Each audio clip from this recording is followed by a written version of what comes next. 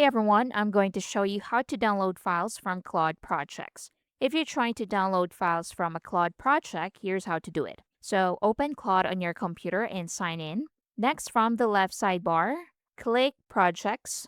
Now, once you're here, open the project where your file is stored. So for example, this one right here, I'm going to click on it.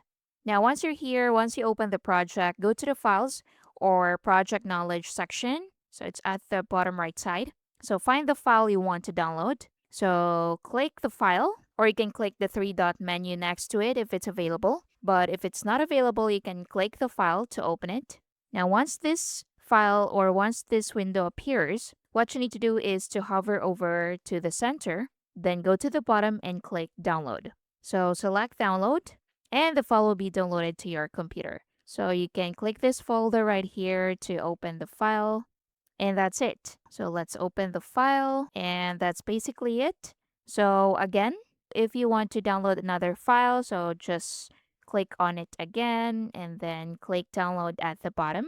Hey guys, quick one before we continue. My team and I publish step-by-step tutorials on useful software, apps, and tools to help you get things done every single day. And so if you're finding these videos useful, I'd really appreciate if you hit that subscribe button and give this video a like. And of course, so that you'll never miss out when we release more tutorials just like this one. Now, let's continue. Then it will be downloaded to your computer. If you don't see the download option, Claude's project interface can vary depending on the file type and current version. In that case, open the file or containing Claude and look for an export or download option, or ask Claude to recreate the content in a downloadable format such as doc, PDF, or text. And that's basically it. Thank you for watching.